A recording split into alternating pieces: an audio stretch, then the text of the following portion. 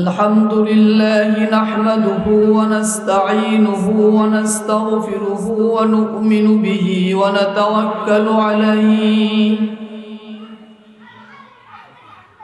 ونعوذ بالله من شرور أنفسنا ومن سيئات أعمالنا من يهد الله فلا مضل له ومن يضلله فلا هادي له ونشهد أن لا إله إلا الله وحده لا شريك له ونشهد أن محمدا عبده ورسوله أرسله بالحق بشيرا ونذيرا وداعيا إلى الله بإذنه وسراجا منيرا أما بعد فأعوذ بالله من الشيطان الرجيم بسم الله الرحمن الرحيم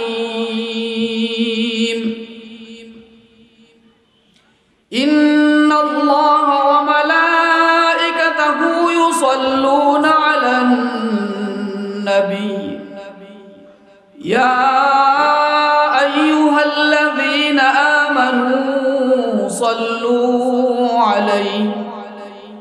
صلوا عليه وسلموا تسليما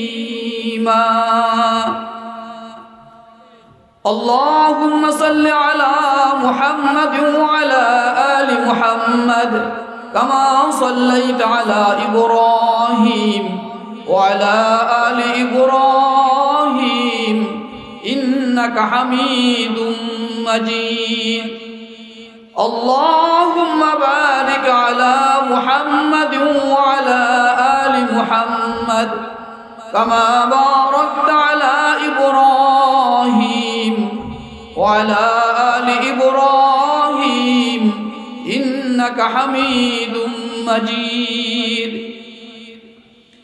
مولاي صل وسلم دائما أبدا على حبيبك خير الخلق كلهم بلغ العلا بكماله كشف الدجى بجماله حسنت جميع خصاله صلوا عليه وآله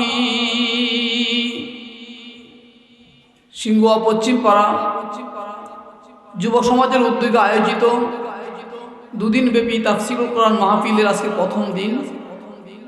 প্রথম দিনের সম্মানিত সভাপতি প্রধান অতিথি উদ্বোধক পৃষ্ঠপোষক অতিথিবৃন্দ সম্মানিত উলামা ইকরাম ও সম্মানিত মুসল্লিনে কেরাম আজকে মুসলমানদের জীবনে একটি অত্যন্ত গুরুত্বপূর্ণ রাত, একটি গুরুত্বপূর্ণ রজনী, একটি বরকতময় রাত, যে রাত আমি আপনি আগামী বছর পাবো কি পাবো না আমরা কেউ জানি না। অত্যন্ত গুরুত্বপূর্ণ একটি রাত। হাদিস শরীফে এই রাতের সম্পর্কে নবী করিম সাল্লাল্লাহু আলাইহি ওয়াসাল্লাম অনেক কথা বলেছেন। আমার উদ্দেশ্যে বলেছেন, আপনার উদ্দেশ্যে বলেছেন, পুরা উম্মতের উদ্দেশ্যে বলেছেন। এমন বরকতময় একটি রাতে এখানে সিংগুয়া পশ্চিম পাড়া যুব সমাজ তাফসীরুল কোরআন মাহফিলের আয়োজন করেছে, ব্যবস্থা করেছে। আমাদের কারো কত মনে হতে পারে যে শবে বরাতে কেন মাহফিল, এবং আমার মনে হয় শবে বরাতে কেন মাহফিল এটা মনে করে হয়তো দুই একজন মাহফিলে আসবে না বা আসে নাই, এমনও হতে পারে। আমি আপনাদের সামনে একটু কথা বলতে চাচ্ছি বিষয়টা নিয়ে। আমাদের জন্য ধারণা যেন স্পষ্ট হয়, কোনো ভুল ধারণা যেন না থাকে, এই জন্যই বলতে চাচ্ছি। যারা এই মাহফিলের আয়োজক তাদেরকে আমি আগেও বলেছি, শফিকুর রহমানকেও বলেছি যে আজকের মাহফিল খুব বেশি রাত হবে না। আজকের মাহফিল আমরা নির্দিষ্ট সময়ের মধ্যে শেষ করব। যে কতটুকু আজকে আরো বেশি বলার কথা ছিল সেগুলো আমরা আগামীকালকে বলবো। আল্লাহ যদি বাঁচিয়ে রাখেন আমরা পরবর্তী বছর আল্লাহ যদি বাঁচেন সে মাহফিলে বলবো।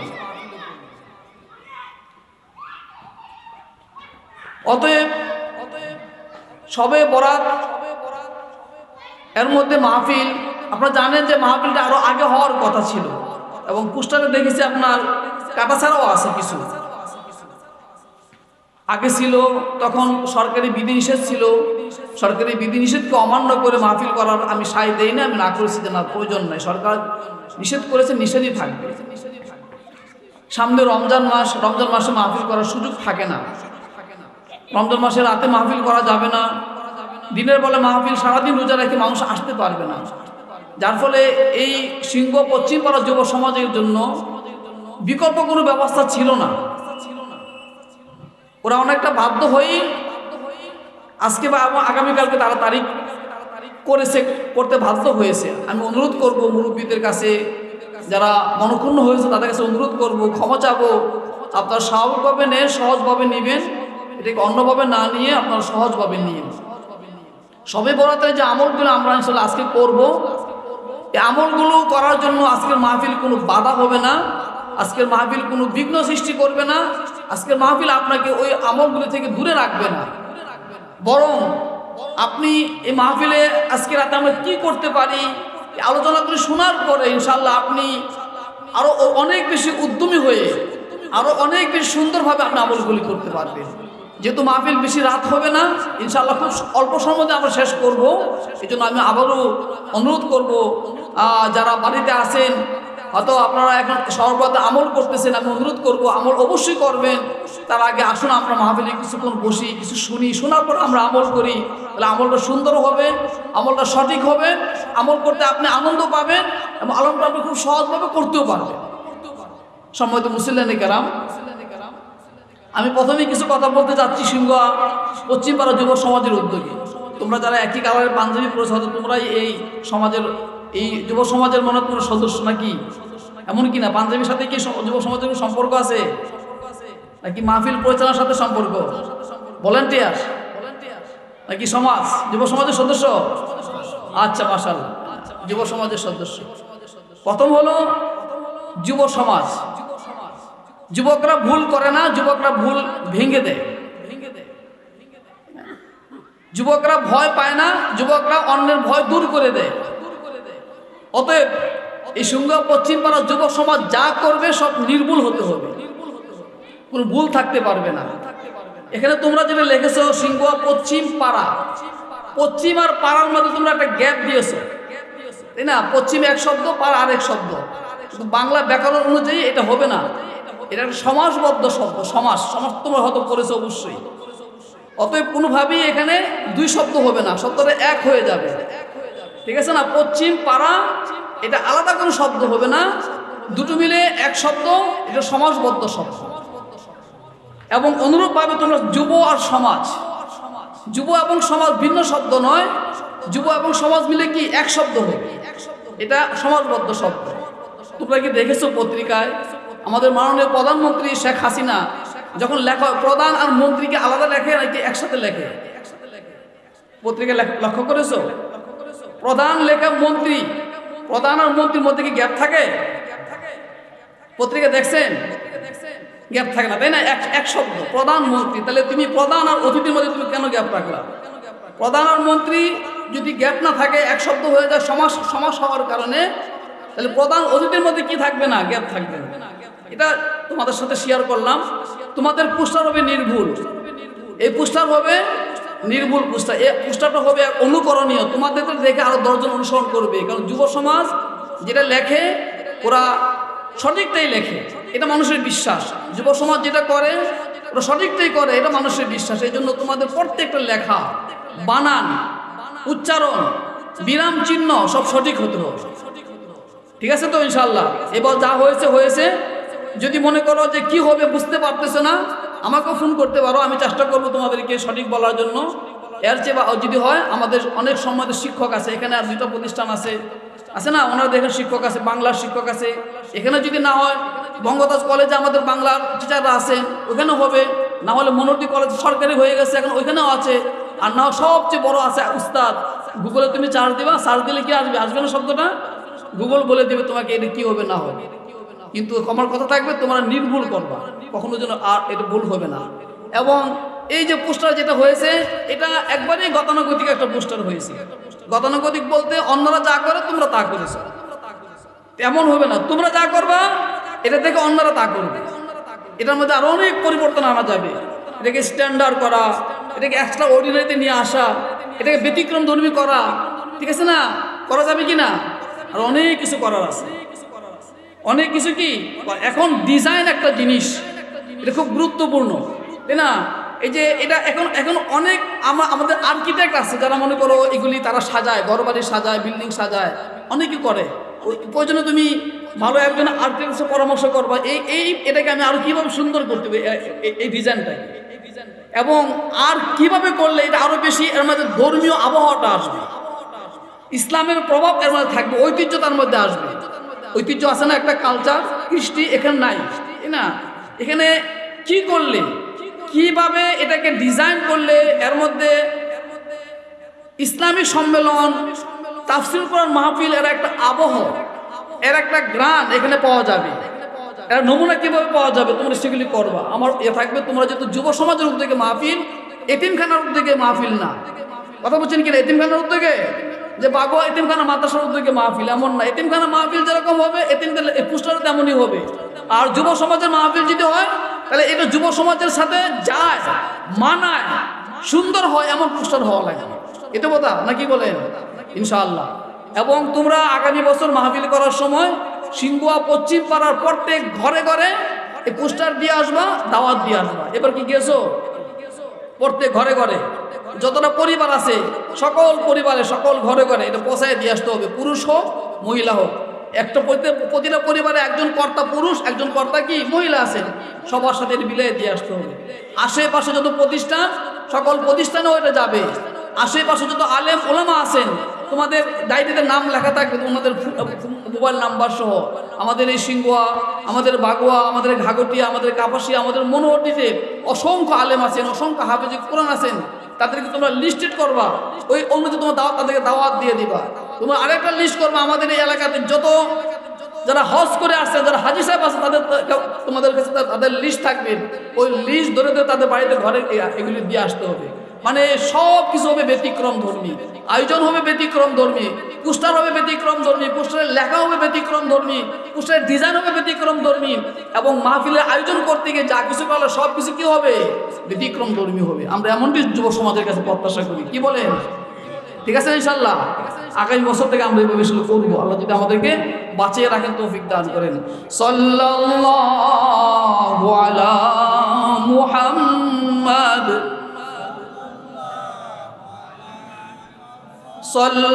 সাল্লাল্লাহু আলা মুহাম্মাদ, সাল্লাল্লাহু আলাইহি ওয়াসাল্লাম। হুয়াল হাবিবুল্লাযী তুরজা শাফাআতুহু, হুয়াল হাবিবুল্লাযী তুরজা শাফাআতুহু লিকুল্লি হাওলিন মিনাল আহওয়ালি মুকতাহামি। সাল্লাল্লাহু আলা মুহাম্মাদ, সাল্লাল্লাহু আলাইহি ওয়াসাল্লাম, সাল্লাল্লাহু আলা মুহাম্মাদ, সাল্লাল্লাহু আলাইহি ওয়াসাল্লাম। নবিয়ুনাল আমির ওয়ান নাহি ফালা আহাদুন আবাররা ফি কওলিল আমিন ওয়ালা নামি। সাল্লাল্লাহু আলা, সাল্লাল্লাহু আলাইহি ওয়াসাল্লাম। وسلم صلى الله على محمد صلى الله عليه وسلم সম্মানিত মুসল্লিন কিরাম, এখানে কোরআনে মাজিদ আমার সামনে আছে। যেমন তাফসীরুল কোরআন মাহফিল, তাফসীরুল কোরআন মাহফিল হলে একটা কোরআন শরীফ অবশ্যই মাহফিলে থাকা উচিত। আর আগামী বছর তোমরা রিহাল সহ এখানে রাখবে, রিহাল থাকবে, ওই রিহালের উপরে কোরআন শরীফটা থাকবে, ওইভাবে ইনশাআল্লাহ এখানে রাখবে। কোরআন মাজিদের আপনার 44তম সূরা, 25তম পারায় 44তম সূরা, সূরার নাম হলো সূরা আদ-দুখান। সূরা আদ-দুখান, দুখান মানে ধোঁয়া, অন্ধকার। আল্লাহ রাব্বুল আলামিন কিয়ামতের আগে পৃথিবীতে কি পরিমাণ ধোঁয়া আসবে, সেই ধোঁয়ার কারণে পৃথিবী অন্ধকার হয়ে যাবে, তার বর্ণনা এই সূরার মধ্যে দিয়েছে। কিয়ামতের আগে সিংহায় ফুৎকার দেওয়ার পরে অনেকগুলো জিনিস দেখা যাবে, পৃথিবী প্রকম্পিত হবে, এটাকে জিলজাল বলা হয়, জিলজালুল আরদ। পৃথিবী প্রকম্পিত হবে, পৃথিবীর নিচে যত খনি আছে, পৃথিবীর নিচে যত সম্পদ আছে সব বেরিয়ে আসবে, ধোঁয়া আসবে, আগুন আসবে। এই ধোঁয়ার বর্ণনা দিয়েছেন এই সূরার মধ্যে, এই জন্য সূরার নাম হলো সূরাতুদ দুখান। এই সূরার একটি বৈশিষ্ট্য হলো যে যদি কোনো মুসলমান, আল্লাহর কোনো বান্দা আর বান্দি যদি এই সূরা বৃহস্পতিবার দিবাগত রাতে অথবা জুমার দিন সূর্য ডোবার আগে যদি তেলাওয়াত করে, আল্লাহ রাব্বুল আলামিন এত খুশি হন যে বান্দা আর যে বান্দি তেলাওয়াত করলো, আল্লাহ পাক তার জীবনের সব গুনাহ মাফ করেছেন, এবং আল্লাহ রাব্বুল আলামিন তার জন্য জান্নাতকে ওয়াজিব করে ফেলেন। খুব বেশি বড় সূরা না, মাত্র 59টি আয়াত আছে সূরার মধ্যে, ছোট ছোট আয়াত। আমরা তেলাওয়াত করলে 10 মিনিট লাগে সর্বোচ্চ, আপনি হয়তো 15 মিনিট লাগবে বা 20 মিনিট লাগবে।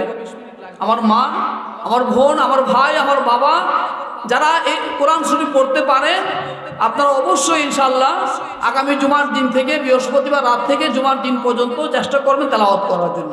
প্রতি সপ্তাহে পারি না, মাসে একদিন চেষ্টা করব, মাসে পারি না, বছরে যে কোনো এক বৃহস্পতিবার রাতে পড়ার চেষ্টা করব।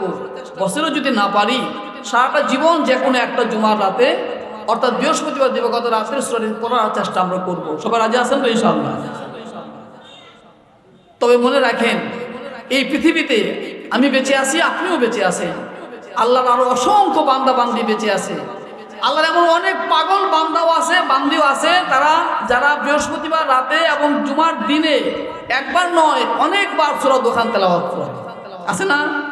হয়তো আমি না, আপনি না, আল্লাহর এমন অসংখ্য বান্দা বান্দি আছে যারা এটা করে থাকে। এই সূরা দুখানের শুরুতে আল্লাহ রাব্বুল আলামিন বলেছেন, আউযু বিল্লাহি মিনাশ শাইতানির রাজীম, বিসমিল্লাহির রহমানির রহিম, হামিম ওয়াল কিতাবিল মুবিন, ইন্না আনজালনাহু ফি লাইলাতিন মুবারাকাতিন, ইন্না কুন্না মুনদিরিন, ফিহা ইউফরাকু কুল্লু আমরিন হাকীম, আমরাম মিন ইনদিনা, ইন্না কুন্না মুরসিলিন। সাদাকাল্লাহুল আযীম। তো গল্প বলে নিয়ে আগে, সমুদ্রের মধ্যে একটা মানুষ ডুবে যাচ্ছে, বা নদীর মধ্যে একটা মানুষ ডুবে যাচ্ছে, সাঁতার ভালো জানে না। সে কি বাঁচার জন্য চেষ্টা করবে নাকি মানে এই ডুবে যাচ্ছে তো ডুবেই যাবে? চেষ্টা করবে, যা পায় তা দিয়ে চেষ্টা করবে, হাত পা নাড়াতে চেষ্টা করবে। মনে করেন যে একটা কলা গাছের পাতা পাইলো, সে কিনা ধরবে নাকি ছেড়ে দিবে? ছাড়বে না, ধরবে, তাই না? কলা গাছের পাতা তো তার ভার বহন করতে পারবে না, তারপর সে কিন্তু ধরবে কিন্তু বাঁচার আশায়। এখন ওই নদী দিয়ে, যে নদীতে সে আপনার তার এই অবস্থা, ওই নদী দিয়ে মনে করেন নৌকা দিয়ে বা জাহাজ দিয়ে যাচ্ছে অনেকগুলি লোক। তারা দেখতেছে যে লোকটা ডুবে যাচ্ছে, কলা পাতার মধ্যে ধরার চেষ্টা করতেছে।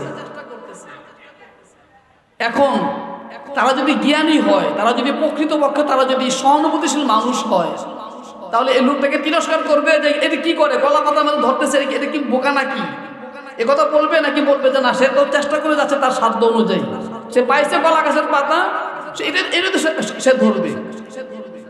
কিন্তু যারা নদীতে নৌকার মধ্যে আছে তারা তো নির্ভয়, জাহাজে তারা তো নির্ভয়, তারা তো ডুববে না, তাদের তাদের তাদের চিন্তা ভিন্ন।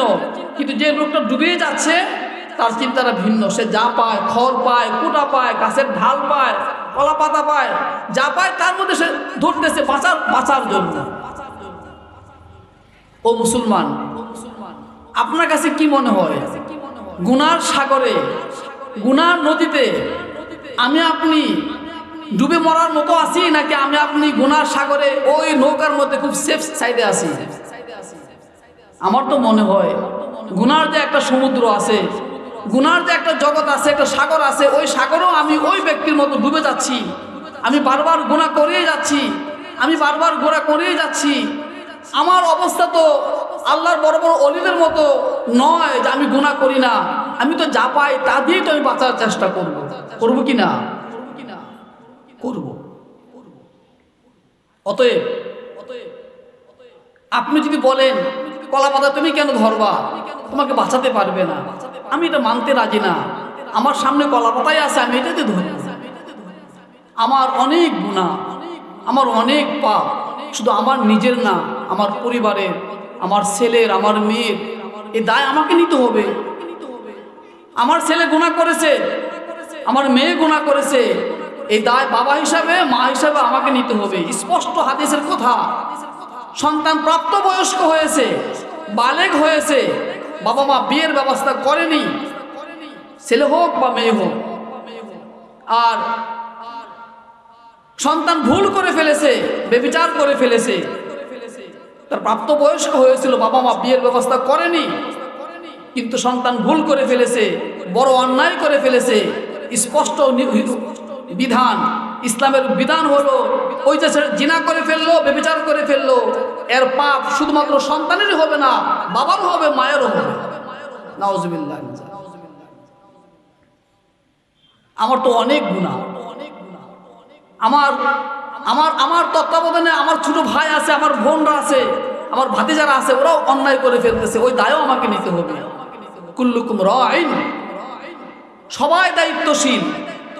নবীজি তো বলেছেন কুল্লুকুম মাসউলুন আন রাইয়াতিহি, তোমাকে জিজ্ঞাসা করা হবে, তোমাকে প্রশ্নের সম্মুখীন হতেই হবে তোমার দায়িত্ব সম্পর্কে। এমন কি আমার বাবা ভালো বুঝেন নাই, উনি এত শিক্ষিত ছিলেন না, উনি এত তালিম পান নাই, উনি এত দাওয়াত পান নাই, উনি এত ইসলামের কথা শুনেন নাই, উনি কিছু ভুল করেছিলেন। আমি একটু শিখেছি, আমার একটু পরিবেশ ভিন্ন হয়েছে, আমি একটু জানি। এখন বাবা মারা গেছেন, একই অবস্থা দাদাও মারা গেছেন, তাদের দায়ও আমাকে কিছু নিতে হবে, তাদের দায়ও আমাকে কিছু নিতে হবে। তারা জানতেন না, তাদের সুযোগ ছিল না, আমি জানি আমার সামনে সুযোগ আছে। অতএব তারা বলতে পারবে আল্লাহ আমার জানি না, আমার সন্তান জানতো। দাদা বলতে পারবে আমি জানতাম না, আমার নাতি জানতো, নাতির সামনে সে সুযোগ ছিল। দায় নিতে হবে। আমার তো চতুর্মুখী দায়, আমার তো চতুর্মুখী পাবেন দায় আমাকে নিতে হচ্ছে। আমি তো যা পাই তাতে আমি নির্ভর করার চেষ্টা করব বাঁচার জন্য, মাপ পাওয়ার জন্য। করবো কি না? কথা ক্লিয়ার?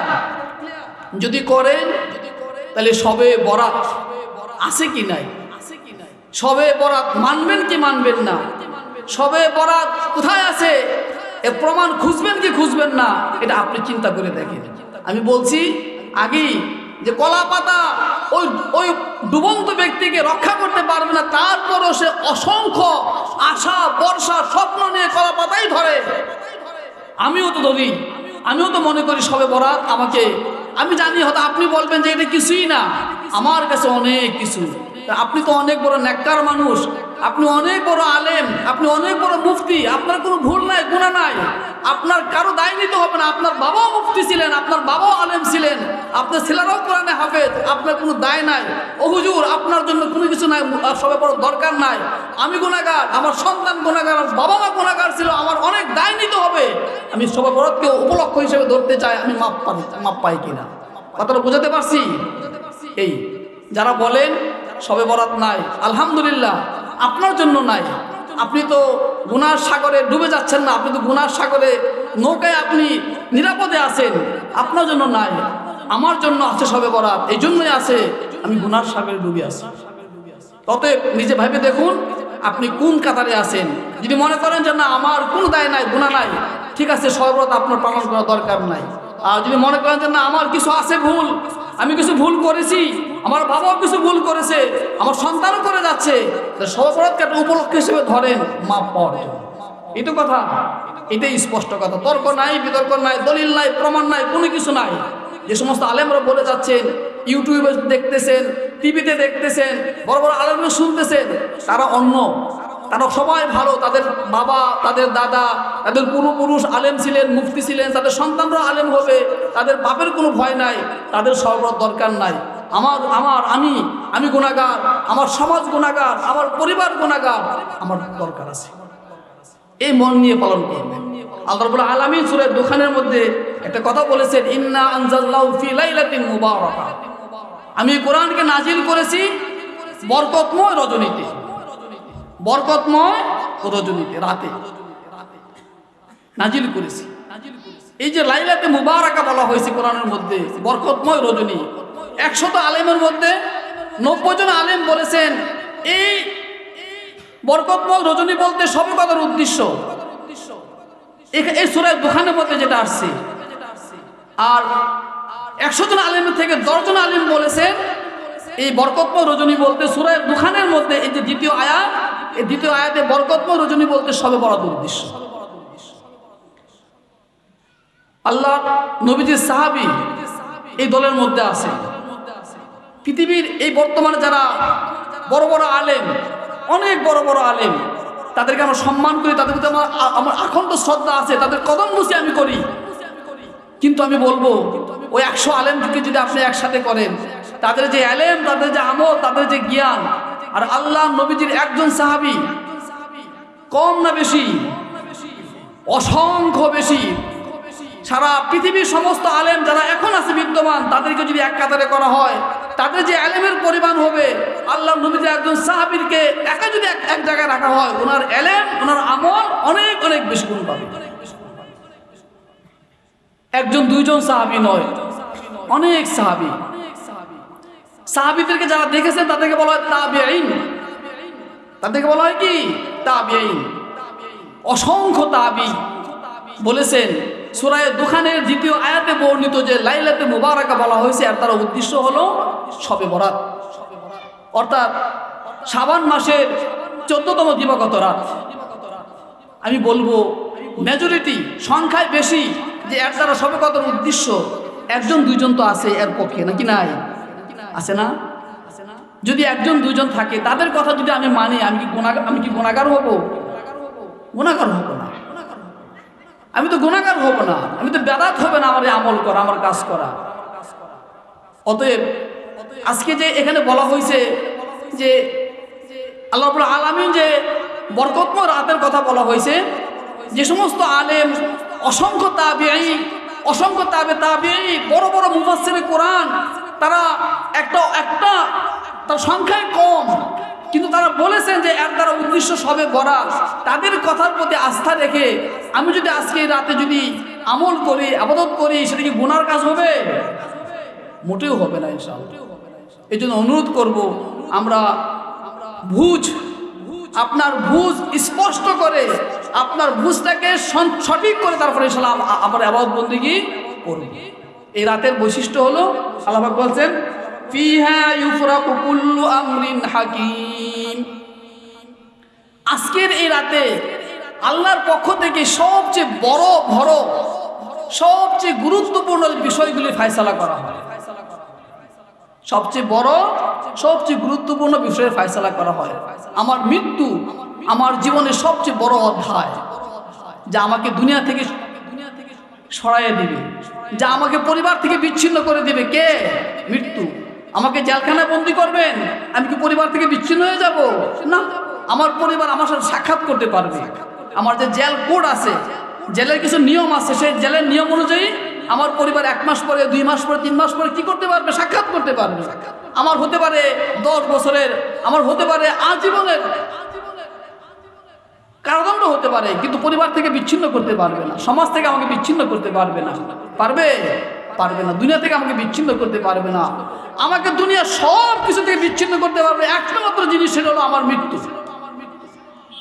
এছাড়া আর কোনো কিছু আমাকে আমার এই পৃথিবী থেকে বিচ্ছিন্ন করতে পারবে না। অতএব যে জিনিসটা আমার সব কিছু থেকে, আমার ঘর, আমার বাড়ি, আমার চাকরি, আমার ব্যবসা, আমার ক্ষেত খামার, সব কিছু থেকে আলাদা করে ফেলতে পারবে সেই মৃত্যু। সেই মৃত্যুর ফয়সালা তো আজকে রাতেই হবে। মৃত্যুর ফয়সালা কি হবে? আজকে রাতেই হবে। একবার হযরত আয়েশা সিদ্দিকা রাদিয়াল্লাহু আনহা বললেন, ইয়া রাসূলুল্লাহ, আপনাকে আমি শাবান মাসে অনেক বেশি রোজা রাখতে দেখি, অনেক বেশি রোজা রাখেন অন্য মাসের চাইতে, কেন ইয়া রাসূলুল্লাহ? তিনি বললেন, আয়েশা, তুমি কি জানো যে পৃথিবীর সকল মানুষের মৃত্যুর ফয়সালা হয় শাবান মাসে, এক শাবান থেকে আরেক শাবান পর্যন্ত। নবীজি এই কথা বলছেন যে আল্লাহ রাব্বুল আলামিনের পক্ষ থেকে তালিকা, লিস্ট, মালাকুল মউত হযরত আজরাইল সালামের হাতে চলে আসে শাবান মাসে। এমনও হয় যে এই শাবান মাসে আগামী রজব মাসে হয়তো তার মৃত্যু হবে, লেখা হয়ে গেছে, একটা যুবক আগামী রজবে তার মৃত্যু হবে, সে এই মাসে শাবান মাসে বিবাহ করলো, 6 মাস পরে তার সন্তানও তো হতে পারে না। নবীজি বলছেন এমনও হয় যে এই 1 বছরের তালিকায় ওই যুবকের নাম চলে গেছে মৃত ব্যক্তিদের তালিকায়, কিন্তু সে তো জানে না, সে বিবাহ করতেছে, তার সন্তান হচ্ছে, সে আরো নতুন করে প্ল্যান প্রোগ্রাম করতেছে। সব কিছু ফয়সালা হয় এই শাবান মাসে। এবং শাবান মাসের এই যে আজকের যে রজনী, এই রজনীতে এটা আল্লাহ রাব্বুল আলামিন সম্পূর্ণ করে থাকে। ও মুসলমান, যারা বলে যে শবে কদরই হয়ে থাকে, আমরাও বলি শবে কদরও হতে পারে। এর অর্থ এটা হতে পারে আজকে শুরু হয়েছে, এই শবে বরাত শুরু হয়েছে, এগুলি লেখা, এগুলি বরাদ্দ করা, আল্লাহ পাক চূড়ান্ত করবে শবে কদর। 40 দিনের ব্যবধান আমাদের এখানে, প্রায় 40 রাতের ব্যবধান থাকে শবে বরাত থেকে শবে কদর পর্যন্ত। অতএব আমরা এটাকে গুরুত্ব দিয়ে বলবো। হাদিসের কিতাব 6টা কিতাবকে সিয়াসিত্তা বলা হয়। বুখারী শরীফ, মুসলিম শরীফ আছে না, এর মধ্যে একটা হলো ইবনে মাজাহ শরীফ, সুনানু ইবনে মাজাহ। সুনানু ইবনে মাজাহ একটা হাদিস শরীফ আছে, সুন্দর একটা হাদিস শরীফ আছে। নবীজি সেখানে বলেছেন, হযরত আলী ইবনে আবি তালিব রাদিয়াল্লাহু আনহু থেকে বর্ণিত হাদিসে নবীজি বলেছেন, ইদা কানাত লাইলাতুন নিসফে মিন শাবান, হে আমার উম্মতেরা, যখন তোমাদের সামনে শাবান মাসের অর্ধেকতম রজনী আসবে, অর্থাৎ 14 তারিখ দিবাগত রাত যখন তোমরা পেয়ে যাবা, ফাকুমু লাইলাহা ওয়া সুমু নাহারাহা, ফাকুমু লাইলাহা ওয়া সুমু নাহারাহা, এমন রাত যদি তোমার সামনে যদি চলে আসে, তাহলে তোমরা সারা রাত সজাগ থাকো, সারা রাত ইবাদত বন্দেগী করো, সারা রাত কিয়াম করো, সুমু নাহারাহা, এবং দিনের বেলায় তোমরা রোজা রাখো। নবীজির কথা সিয়াসিত্তার হাদিসের মধ্যে আছে। কেন আপনি অস্বীকার করবেন? কেন আপনি মানবেন না? ইবনে মাজাহ রাহমাতুল্লাহ আলাইহি উনি ওনার সুনানের মধ্যে যে হাদিস সংকলন করলেন, উনি রাখলেন, এগুলি না জেনেই রাখছেন। আপনি জানেন ইমাম বুখারী রাহমাতুল্লাহ আলাইহি থেকে শুরু করে সমস্ত ইমামদের যারা হাদিসের কিতাব যারা সংকলন করেছে, এক একজনের আপনার লক্ষ লক্ষ হাদিস মুখস্থ ছিল, তার থেকে বাছাই করে উনি এটা নিয়ে আসছেন। নবীজি আরো বলেছেন, ফাইন্নাল্লাহা ইয়ানজিলু ফিহা বিগুরুবি শামসি ইলা সামাইদ দুনিয়া। মনে রাখো হে আয়েশা, আল্লাহ রাব্বুল আলামিন এই শবে বরাত যেটা আছে, 14তম রাত যেটা হলো 14তম দিন দিবাগত যে রাত, সে রাতের মধ্যে সূর্য ডুবার সাথে সাথে আল্লাহ রাব্বুল আলামিন বান্দাকে ক্ষমা করার জন্য, বান্দার দোয়া কবুল করার জন্য, বান্দার তওবা কবুল করার জন্য এই দুনিয়ার আসমানে আল্লাহ রাব্বুল আলামিন চলে আসেন। কার জন্য আসেন? গুনাহগারদের জন্য আসেন। আল্লাহ আসে মানে আল্লাহর রহমত চলে আসে। আল্লাহ কাছে আসে মানে কি আল্লাহর দয়াটা কাছে চলে আসে। এই তো আল্লাহ রাব্বুল আলামিন সর্বত্র বিরাজমান। হাদিসের ভাষা এটাই ফাইনাল্লাহা ইয়ানজিলু ফিহা বিগুরুবিশ শামস, সূর্য ডুবার সাথে সাথে আল্লাহ রাব্বুল আলামিন নেমে আসেন ইলা সামাইদ দুনিয়া, দুনিয়ার আকাশে চলে আসেন। সপ্ত আকাশ অতিক্রম করে আল্লাহ তার অসংখ্য দয়া, আল্লাহ রাব্বুল আলামিন তার রহমত, আল্লাহ রাব্বুল আলামিন তার মাগফিরাত সব কিছু নিয়ে চলে আসে। ফায়াকুল, আল্লাহ রাব্বুল আলামিন এই রাতে ডেকে ডেকে বলেন, আলা মিন মুস্তাগফিরিল্লি ফাগফির লাহু, কে আসো জীবন ভরা গুনাহ করেছো, কে আসো জীবন ভর গুনাহ করেছো, গুনার মাপ হয় নাই, গুনাহ আমলনামায় রয়ে গেছে। তুমি যদি গুনার মাপ পেতে চাও আমার কাছে ক্ষমা চাও, আমি তোমাকে আজকের এই রাতের উসিলায় তোমার জীবনের সব গুনাহ আমি ক্ষমা করে দিব। সুবহানাল্লাহ।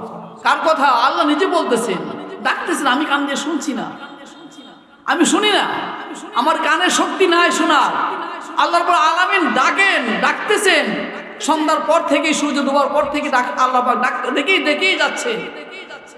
নবীজি বলেছেন, আল্লাহ পাক ডাকেন, নবীজি বলেছেন, নবীজি আরো বলেছেন, আল্লাহ পাক আরো বলেন, আলা মুস্তারজিকুন ফারজুকাহু, এমন কে আছো রিজিক চাও, এমন কে আছো রিজিক চাও আমার কাছে, তোমার রিজিকের অভাব, তোমার চাকরি হয় না, তোমার বাকরি হয় না, তোমার ব্যবসায় লাভ হয় না, তোমার খেতে ভালো ফসল হয় না, তোমার ঘরে বরকত হয় না, তোমার ঘর থেকে অভাব অনটন দূর হয় না, এমন যদি থাকো আজকে হাত কত আমার কাছে চাও, ফারজুকাহু, আমি তোমাকে সম্পূর্ণ রিজিক তোমাকে আমি ব্যবস্থা করে দিব। আল্লাহ পাক ব্যবস্থা করে দিবেন। নবী আল্লাহ পাক আরো বলেন, আলা মুবতালিন ফাওয়াফিহি, এমন কি আছো অসুস্থ ব্যক্তি, হাজারো ডাক্তারের কাছে গিয়েছো, মেডিকেলে গিয়েছো, চিকিৎসা করে আছো, কোনো কাজ হচ্ছে না, এমন রোগে তুমি আক্রান্ত হয়ে পড়েছো, দুনিয়ার কোনো চিকিৎসা তোমাকে সেটা ব্যবস্থা করতে পারতেছে না। এমন যদি কেউ থাকো আজকে আমার কাছে তুমি রোগ থেকে মুক্তি চাও, তুমি আমার কাছে হাত পাতো, তুমি রোগ থেকে মুক্তি চাও, ফাওয়াফিহি, এমন যদি কেউ থাকে আমার কাছে যদি রোগ থেকে মুক্তি চায় আমি তাকে সম্পূর্ণরূপে সুস্থতা দান করে দিব। আলা কাদা হাত্তা ইয়াতলু আল ফাজর, নবীজি বলেছেন আল্লাহ এভাবে বান্দাকে ডাকতে থাকেন, তার বান্দিকে ডাকতে থাকেন যতক্ষণ না ফজরের নামাজের সময় হয়।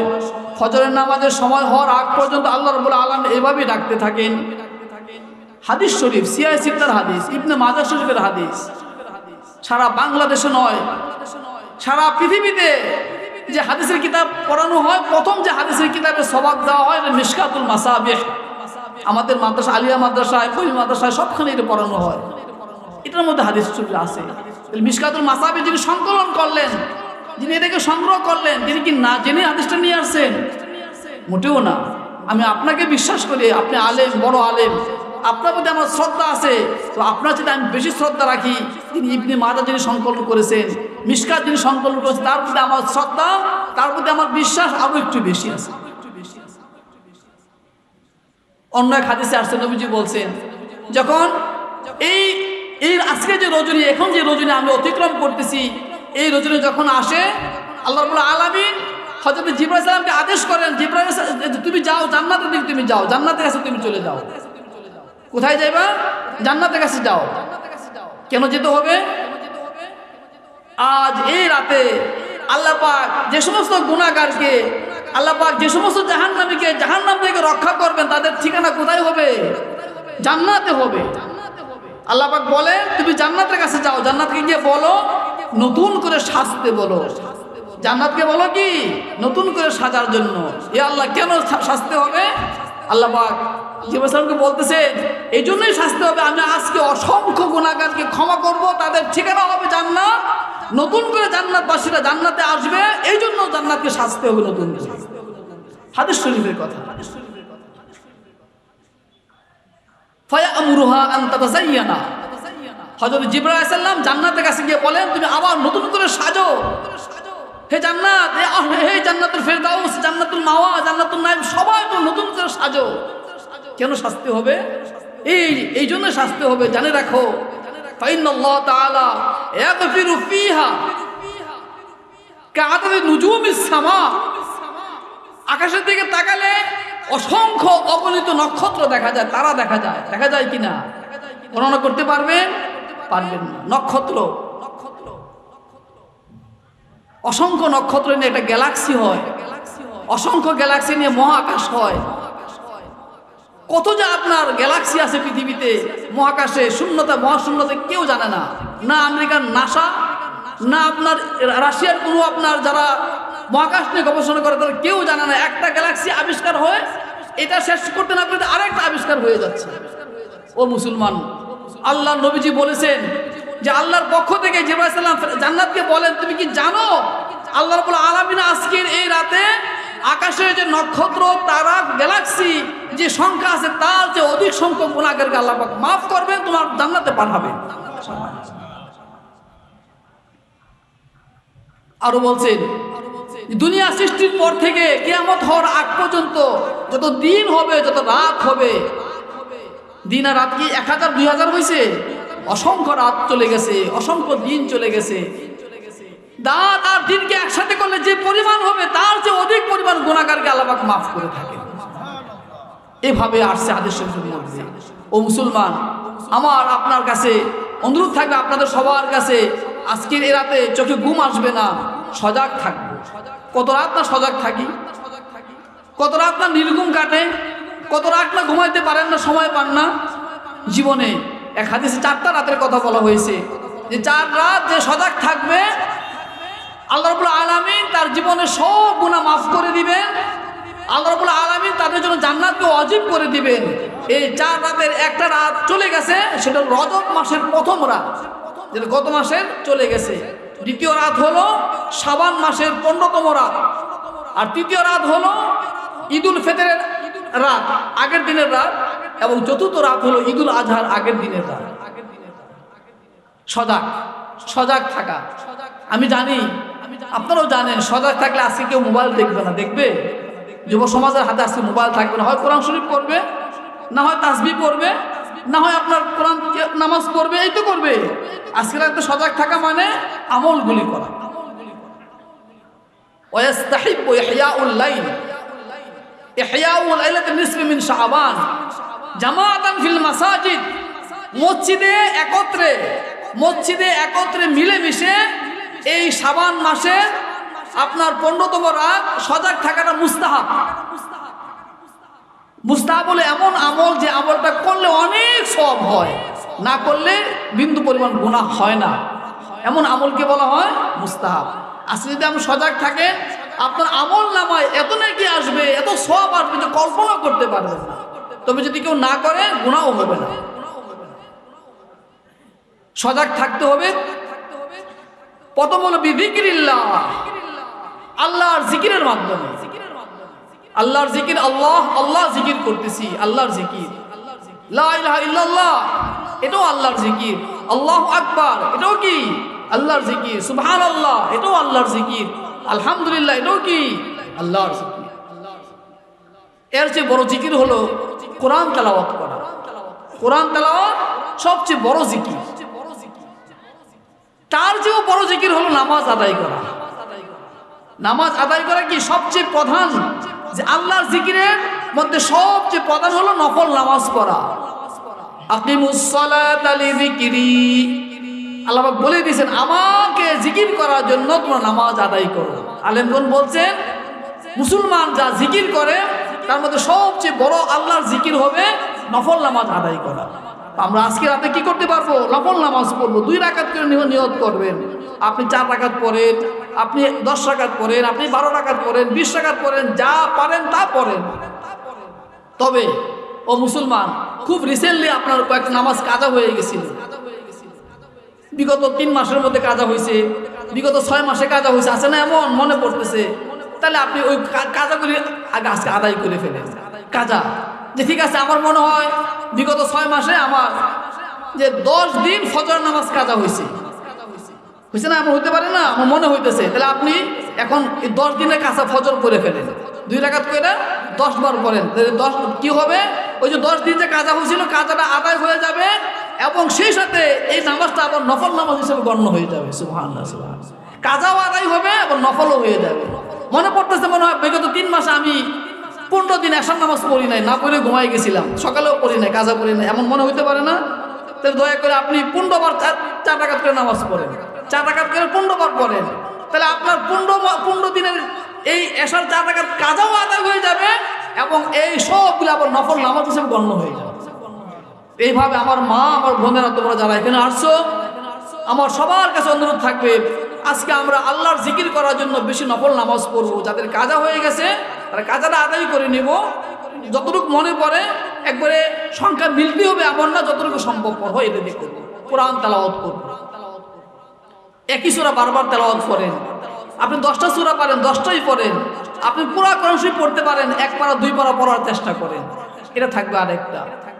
এরপর জিকির করা, আল্লাহর জিকির করা, আল্লাহর নাম নিয়ে জিকির করা, লা ইলাহা ইল্লাল্লাহ জিকির করা, আল্লাহু আকবার জিকির করা, এগুলো আমরা ইনশাআল্লাহ করব। পারবো তো ইনশাআল্লাহ? মাহফিল থেকে যাওয়ার পরে ঘুম দিবেন নাকি? কি হবে ভাই না ঘুমাইলে এক রাত, ঠিক আছে না? মাহফিল থেকে যাওয়ার পরে ইনশাআল্লাহ সুন্দরভাবে আমলের মধ্যে আমরা লেগে যাবো ইনশাআল্লাহ। আল্লাহ পাক যেন কবুল করেন, আমিন। দ্বিতীয় কথা হলো আদ-দুআ বিগুফরানিয যুনুব ওয়া সাতরিল উয়ুব ওয়া তাফরিজিল কুরুব। আজকের এই রাতে আরেকটি আমল হলো দোয়া করা আল্লাহর কাছে। দোয়া আপনি একা একাও করতে পারেন, দোয়া আপনি সবাই মসজিদে বসে একত্র করতে পারেন, দোয়া আপনি বাড়িতে গিয়ে পরিবারের সদস্যদেরকে নিয়েও আপনি দোয়া করতে পারেন। আপনার ছেলে, আপনার মেয়ে, আপনার স্ত্রী, আপনার বাবা মা সবাইকে একসাথে বসে আপনি দোয়া করতে পারেন, মসজিদেও দোয়া করতে পারেন, আপনি একা একাও দোয়া করতে পারেন। আলেমগণ বলেছেন দোয়া করবার 3টা জিনিস সম্পর্কে। 1 নম্বর হলো বিগুফরানিয যুনুব, জীবন ভরে যত গুনাহ করেছো সমস্ত গুনাহ থেকে মাফ করার জন্য আল্লাহর কাছে দোয়া করতে হবে। সমস্ত গুনাহ থেকে মাফ পাওয়ার জন্য আল্লাহর কাছে দোয়া করতে হবে। গুফরানিয যুনুব, আল্লাহ মাফ করে দিন। আল্লাহ গুনাহ করেছি, আমি গুনাহ করেছি, আমার বাবাও গুনাহ করেছিল, আমার দাদাও গুনাহ করেছিল, জানি না এ আল্লাহ আমার বাবার গুনাহ মাফ হয়েছিল কিনা, দাদার গুনাহ মাফ হয়েছিল কিনা, আল্লাহ তাদের গুনাহ মাফ করে দিন। আমার পূর্বপুরুষ যাদেরকে চিনি না, যাদের নাম জানি, যাদের নাম জানি না, সবাইকে আপনি মাফ করে দিন। আসবে না দোয়া? আমার চাচা, আমার ফুফু, আমার খালা, আমার মামা, আমার আত্মীয় স্বজন, আমার পাড়া পড়শি, তাদের জন্য দোয়া করবেন, তাদের গুনাহ যেন আল্লাহ পাক মাফ করে দেন। দোয়া করবেন আপনার সহপাঠী, আপনার সহকর্মী, আপনার খেলার সাথী, আপনার স্কুলের কলেজের মাদ্রাসার সাথে আপনার সহপাঠী ছিল তাদের জন্য আপনি দোয়া করবেন। বিগুফরানিয যুনুব, গুনাহ মাফের জন্য দোয়া করা। দ্বিতীয় দোয়া হবে বিসাতরিল উয়ুব। বিসাতরিল উয়ুব, জীবনে যত আপনার দোষ করেছি, দোষ আছে কি না? নাই, দোষ আছে। এই দোষগুলি যেন আল্লাহ পাক গোপন রাখেন। এমন কিছু দোষ আছে না আমার মধ্যে, প্রকাশ পাইলে সমস্যা হবে, সমাজে থাকতে পারবো না। এমনও দোষ আছে যদি জানে আমার ছেলে আমাকে বাপ ডাকবে না। এমনও কিছু দোষ আমার থাকতে পারে, যেই দোষ আমার স্ত্রী যদি জানে আমাকে বিছনায় জায়গা দিবে না। এমনও দোষ আমার আছে, আমার বাপে যদি জানে, আমার মা যদি জানে আমাকে ঘরে কি ঢুকতে দিবে না। এমন কিছু দোষ আমার মধ্যে থাকতে পারে, আমার সমাজবাসী জানলে আমাকে সমাজে ঢুকতেও কি দিবে না। এই দোষগুলি গোপন রাখেন কে? আপনি কি মনে করেন রাতের অন্ধকারে করেছি, কেউ দেখে নাই এই জন্য গোপন রয়েছে? না, আল্লাহ রাব্বুল আলামিনের কাছে রাতের অন্ধকার আর দিনের আলোর মধ্যে কোনো ব্যবধান নাই। ফেরেশতাদের কাছে রাতের অন্ধকার আর দিনের আলো কোনো ব্যবধান নাই। ফেরেশতাদের কাছে আপনার ঘরে আপনি দুষ করলেন, এটা যেরকম প্রকাশ্য, আপনি অনেক দূরে গিয়ে যেখানে আপনাকে কেউ চিনে না সেখান থেকে দুষ করলেন, সেটাও কি একই ক্রাইটেরিয়ার, একই ক্যাটাগরি, কোনো ব্যবধান নাই। আল্লাহ কাছে গুনাহ মাফের জন্য যেরকম দোয়া করতে হবে, জীবনে যা দোষগুলি করেছি এই দোষগুলি যেন প্রকাশ না পায়, মানুষ যেন না জানে, যেন গোপন থাকে, এই জন্য কি করতে হবে? আল্লাহর কাছে দোয়া করতে হবে। আল্লাহ রাব্বুল আলামিন সাত্তারুল গুয়ুব, দোষ আল্লাহ পাক সবচেয়ে বেশি গোপন রাখেন। ও মুসলমান, যে পরিমাণ দোষ আমি আপনি করি, আমরা করি, যদি আল্লাহ পাক প্রকাশ করে দিতেন, আল্লাহ যদি গোপন না রাখতেন, সমাজে সুন্দরভাবে এত ভদ্রভাবে থাকা সম্ভব হতো না। এই জন্য এই দোয়া করতে হবে। 3 নম্বর দোয়া করবেন বিতাফরিজিল কুরুব, যত বিপদ, যত বালা মুসিবত, যত কিছু আছে সব থেকে আল্লাহ পাক যেন মুক্তি দান করেন। আছে না বিপদ? কার না বিপদ নাই? সবারই তো বিপদ আছে, কম আছে কারো, বেশি আছে কারো, কারো নিজের একা বিপদ, কারো পুরো পরিবারের বিপদ, কারো পুরো সমাজের মধ্যে বিপদ। সবগুলি থেকে আল্লাহ পাক যেন মুক্তি দেন, আল্লাহ পাক যেন নাজাত দান করে, যেন দোয়া করতে হবে। ও মুসলমান, এই যে কথাগুলি বললাম, আল্লাহর জিকির করা, কোরআন তেলাওয়াতের মাধ্যমে জিকির, নফল নামাজ আদায় করার মাধ্যমে জিকির, আল্লাহ আল্লাহ, সুবহানাল্লাহ, লা ইলাহা ইল্লাল্লাহ, এগুলি পাঠ করার মাধ্যমে জিকির করা, দোয়া করা, নিজের গুনাহ মাফের জন্য দোয়া করা, পরিবারের গুনাহ মাফের জন্য দোয়া করা, নিজের দোষ গোপন রাখার জন্য দোয়া করা, নিজের বিপদ আপদ থেকে রক্ষা করার জন্য আল্লাহর কাছে দোয়া করা, এ সবগুলির আগে করতে হবে একটা কাজ, সেটা তওবা। ওয়ায়াকদিমু আলাইহা আত-তাওবা। সবার আগে আসবে কি? আগে যিনি বয়ান করছেন তিনি বলে গেছেন তওবা বলতে কি বোঝায়। তওবা, ও মুসলমান, আপনি তওবা করেন, আল্লাহ পাক আপনার তওবা কবুল করে নেবেন। যে মানুষটা শুধু মুখে না, এখান থেকে যার তওবাটা আসে, যিনি বলেন আস্তাগফিরুল্লাহ রাব্বি মিন কুল্লি যামবি ওয়া আতুবু ইলাইহি, মন থেকে যদি বলে আস্তাগফিরুল্লাহ রাব্বি, আমি আমার রবের কাছে গুনার ক্ষমা চাই, আস্তাগফিরুল্লাহ রাব্বি মিন কুল্লি যামবি, সকল গুনাহ থেকে আমি আমার রবের কাছে ক্ষমা চাই, মাফ চাই, ওয়া আতুবু ইলাইহি, আমি তার কাছে তওবা করি। মন থেকে বলেন, আজকে বলেন, বলার সময় দুই ফোঁটা পানি যদি চোখ দিয়ে আসে, আপনার বলতে দেরি হতে পারে, আপনার উচ্চারণ শেষ হবে না, এর আগেই আল্লাহর পক্ষ থেকে আপনার জীবনের সব গুনাহ মাফ হয়ে যাবে, তওবা কবুল হয়ে যাবে। বরকত ফি লাইলাতিন মুবারাকা, এগুলি বরকতের রাতের, এগুলি হলো আল্লাহর পক্ষ থেকে নিয়ামত। এজন্য সবার আগে তওবা করতে হবে। আমরা তওবা করে নিব, এখান থেকে যাওয়ার আগে তওবা করে নিব, আমরা আমল শুরু করার আগে তওবা করে নিব। এখান থেকে যাব বাড়িতে, খাওয়া দাওয়া করা লাগবে, খাওয়া দাওয়া করে নিব, খাওয়া দাওয়া করার পরে এসব নিয়ত করব আমল করার জন্য। এই আমলগুলি করার জন্য হয় মসজিদে আসবো, যদি মসজিদ কমিটি ব্যবস্থা করে, ইমাম সাহেব যদি আমাদেরকে সুযোগ করে দেয়, মসজিদে আসবো, আর না নিজের ঘরেই করব। সেই ফজরের নামাজের আগ পর্যন্ত আমরা করব, সেহরি খেয়ে নিব, আগামীকালকে রোজা রাখার নিয়ত করব। আসি কিনা? রোজা রাখবেন না? রোজা রাখেন, একটাই যথেষ্ট আপনার জন্য, যদি পারেন। 2 রোজা মনে রাখবেন, 2 রোজা আবশ্যক হলো মুহররম মাসে আশুরার সময়, মুহররম মাসে আশুরার সময় 2 রোজা আবশ্যক। সবে বরাতের জন্য একটা রোজাই যথেষ্ট। তবে আপনি যদি 3টা রাখেন, 13, 14, 15, আলহামদুলিল্লাহ ভালো। নবীজি সবচেয়ে বেশি নফল রোজা রাখতেন এই শাবান মাসে, যদি পারেন তাও রাখবেন। ন্যূনতম একটা আগামীকালকে রাখেন না, 1 মাস পরে তো পুরো মাস রোজা রাখবেন না, 15 দিন পরে রাখবেন না। এই জন্য এটা একটা প্র্যাকটিসও হয়ে যাবে, এটা একটা আপনার রিহার্সাল হয়ে যাবে যে আমি সামনে রোজা আসতেছে কীভাবে রাখবো। অনুরোধ করবো, আমি আজকে যারা এখানে আসছেন, আমার মা বোন যারা আসছে, সবার কাছে অনুরোধ থাকবে, যারা প্রাপ্তবয়স্ক, যারা ছোট, যারা বড়, সবার কাছে অনুরোধ থাকবে রোজা রাখার জন্য। আজকে যতটুকু পারে আমল করবো, রোজা রাখবো।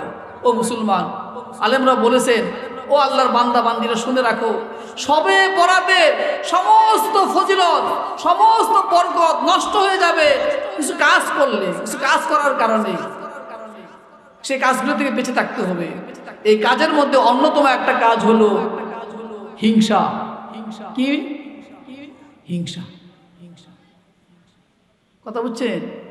হিংসা যদি অন্তরে থাকে, সারা রাত সজাগ থাকার পরেও কোনো কাজে আসবে না, ফায়দা হবে না। স্পষ্ট কথা বলেছেন আলেমরা, তুমি আজকে আমল করবা, নামাজ পড়বা, কালকে রোজা রাখবা, সব তুমি করো, তোমার জন্য স্বাগতম থাকলো।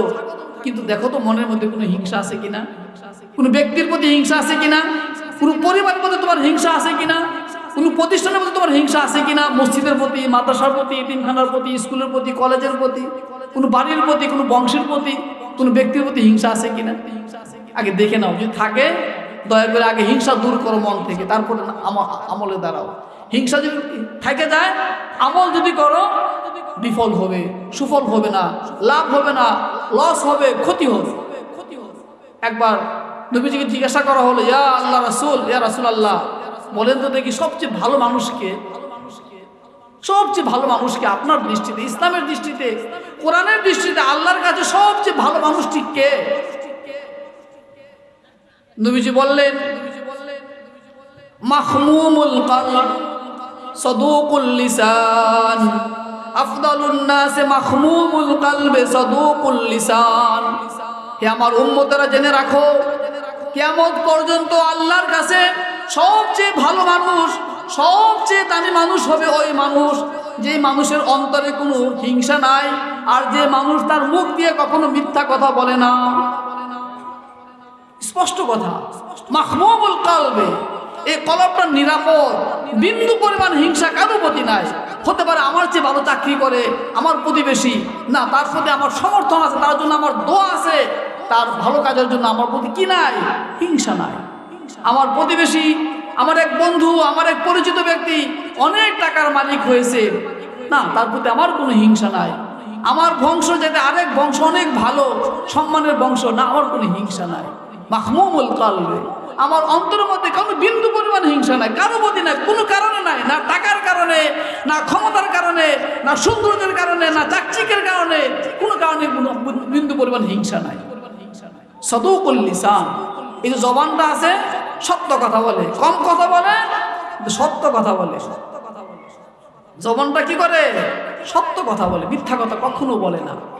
নবীজি বলেছেন এই গুণ যার মধ্যে আছে কিয়ামত পর্যন্ত ওই মানুষটি হবে আল্লাহর কাছে সবচেয়ে শ্রেষ্ঠ মানুষ, সবচেয়ে ভালো মানুষ।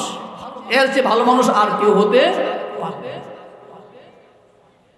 একটা অন্তর, একটা লিসান, জবান, অন্তরে হিংসা নাই, অন্তরে আপনার জ্বলে না, কথা বুঝছেন না? এমন অন্তর কি ঘরে ঘরেই পাওয়া যায় নাকি? পাওয়া যায় না। অশিক্ষিত হইলো, গরিব হইলো, কিন্তু কিছু কিছু জ্বলে। আর একজনটা দেখলে কি হয়, এখানে কিছু জ্বলে, লাগে জানি কেমন, এই লাগলে মনে করতে হবে হিংসা আছে।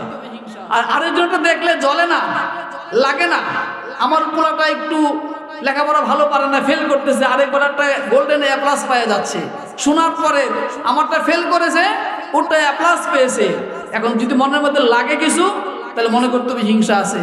আর লাগে নাই, হিংসা নাই, লাগে নাই, হিংসা নাই।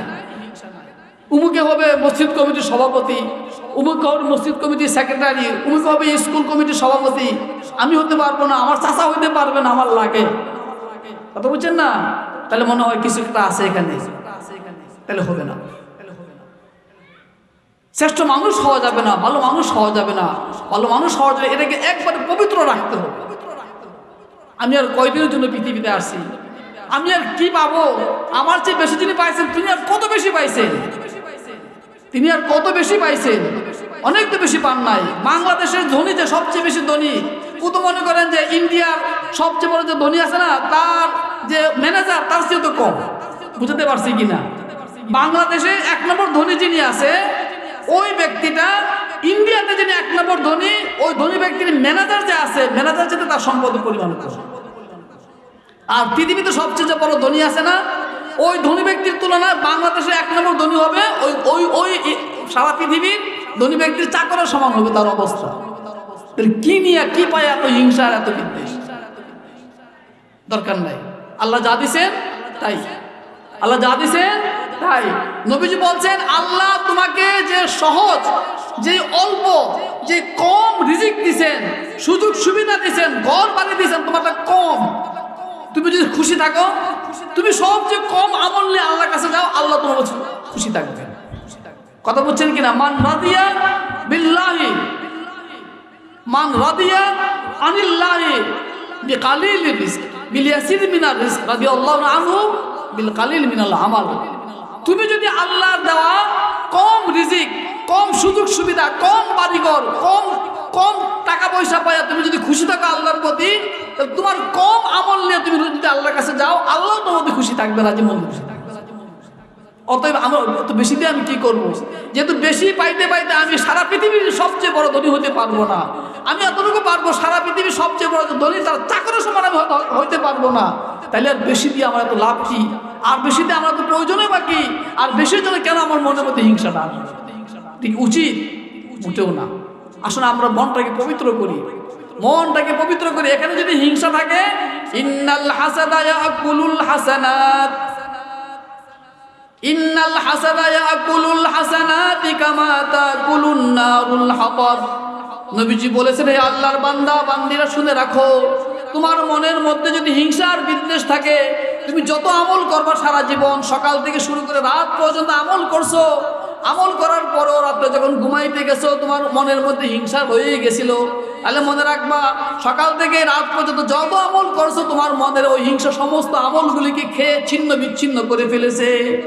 একটাও আমল নামা জমা হয় না, একটাও কি আমল নামা জমা হয় না। কামা তাকুলুন নারুল হাতাবা, আগুন লাগলে আগুন যেরকম ভাবে খড় কোটা লাকড়িকে পুড়ে পুড়ে ছাই বানায় ফেলে, কিছুই থাকে না, নিচ্ছিন্ন হয়ে যায়। ছিল সুন্দর হলুদ কালারের খের ছিল, এখন পুরে কি কালো কালারের কি হয়ে গেছে, ছাই হয়ে গেছে, কালার চেঞ্জ হয়ে গেছে। কত সুন্দর সবুজ গাছের সবুজ পাতার, আমার এখানে ছিল সবুজ রঙের পাতা ছিল, আগুন পুড়ে সব কালো বানায় ফেললো। যেরকম ভাবে আগুন পুড়ে ফেলে সব ছাই বানায় ফেলে, বর্ষ বানায় ফেলে, তেমনই ভাবে মনের ভিতরে বিন্দু পরিমাণ হিংসা থাকলে ওই হিংসা সমস্ত নামাজ, সব রোজা, সব যাকাত, সব কোরআন তেলাওয়াতকে একবারে খেয়ে শেষ করে ফেলে। অতএব ও মুসলমান, ও আল্লাহর বান্দা, আজকে যারা আমরা আমল করব, আজকে যারা আমরা ইবাদত বন্দেগী করব, ইনশাআল্লাহ তওবা করব, তওবার সাথে সাথে আমরা মন থেকে সব ধরনের হিংসা, সব ধরনের বিদ্বেষ, সব ধরনের অহংকার, সব ধরনের কিবির থেকে মুক্ত করে অন্তরকে তারপরে আল্লাহর কাছে দরবার করব ইনশাআল্লাহ। কি বলেন ইনশাআল্লাহ পারবো না? দরকার নাই ও ভাই, দরকার নাই। সব সব ক্ষমতা আমার লাগবে, সব সম্মান আমার লাগবে, দরকার নাই। আল্লাহ যা দিয়েছেন তাতে আমি খুশি। তাহলে আমি যা আমল করব তাতে আল্লাহ কি থাকবে, খুশি থাকবেন। আমি আবারও বলি, রিজিক যা পাইছেন, ঘর বাড়ি যা পাইছেন, চাকরি বাকরি যা পাইছেন, প্রমোশন যা পাইছেন, সন্তুষ্ট থাকেন আল্লাহর প্রতি। আল্লাহ তুমি আমাকে দিয়েছ, আমি খুশি। আমল যা করবেন, টুটাফাটা করলেন, কম করলেন, একবারে অল্প করলেন, ঠিক মতো করতে পারেন না, আল্লাহ পাক একটাও দেখবেন না। আল্লাহ পাক শুধু বলবেন, তোমাকে আমি কম রিজিক দিয়েছিলাম, তুমি হাউদাস করো নাই, তুমি আফসোস করো নাই, তুমি খুশি ছিলা, যাও তুমি যা নিয়ে আসছো তা দিয়ে আমি খুশি, তোমাকে জন্য জান্নাত মাত্র অবধারিত হয়ে গেল। আমরা এইভাবেই চলবো ইনশাআল্লাহ, আমরা এইভাবেই আগে বাড়বো। আজকের এই রাতগুলো আমরা করবো। ও মুসলমান, নবীজি একটি হাদিস শরীফ বলে আমি শেষ করতে যাব। নবীজি বলছেন, সালাসুন মান কুন্না ফিহি আল্লাহুল্লাহু ইয়াউমা লা দিল্লা ইল্লা দিল্লু আরশিহি। হে আল্লাহর বান্দা আর বান্দিরা শুনে রাখো, তিনটা গুণ যার মধ্যে থাকবে, আল্লাহ রাব্বুল আলামিন তাকে হাসরের দিন যখন আল্লাহ পাকের আরশের ছায়া ছাড়া কোনো ছায়া থাকবে না, তখন আল্লাহ রাব্বুল আলামিন নিজে ডেকে ডেকে ওই সমস্ত বান্দাদেরকে বান্দিদেরকে ওই আরশের ছায়া দান করবে। আরশের নিচে ছায়া পাওয়া, কথা বুঝছেন না?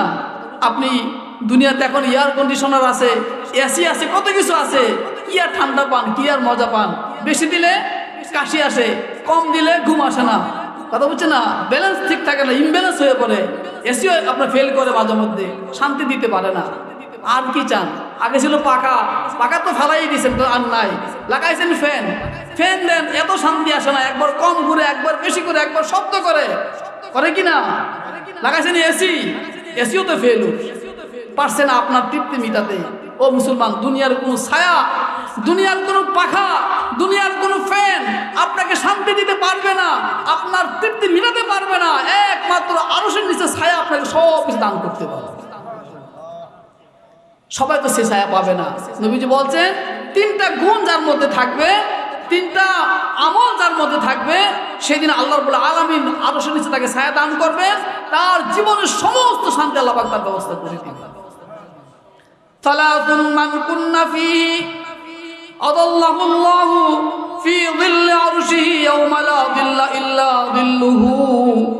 যেদিন আল্লাহর ছায়া ছাড়া কোনো ছায়া থাকবে না, যেদিন আরশের ছায়া ছাড়া আর কোনো ছায়াই থাকবে না, সেদিন আল্লাহ রাব্বুল আলামিন তিন প্রকারের মানুষকে আরশের নিচে ছায়া দান করবেন।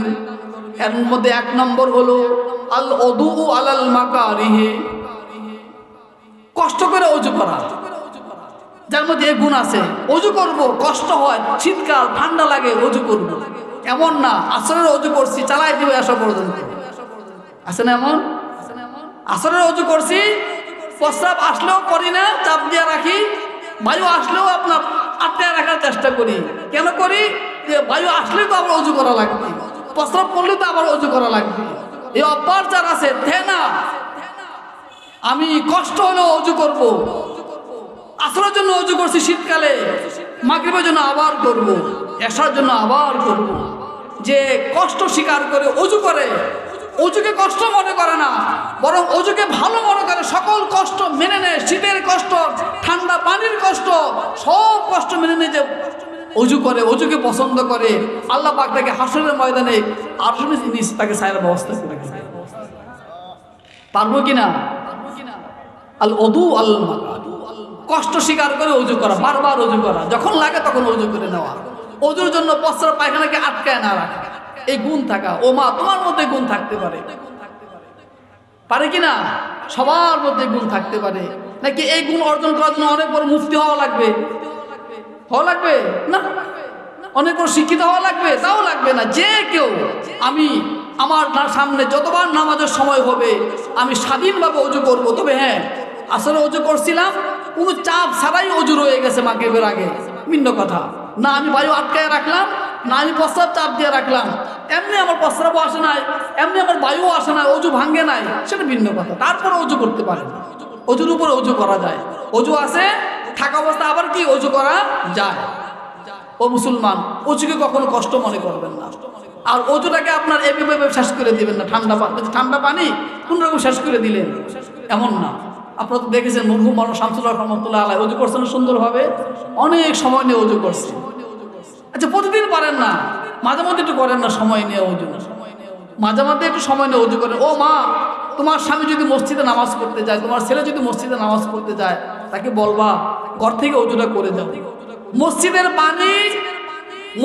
পানি দিয়ে ওযু করা যদি হয় 1 গুণ সওয়াব, নিজের ঘর থেকে নিজের পানি দিয়ে ওযু করে আসলে হবে 100 গুণ সওয়াব।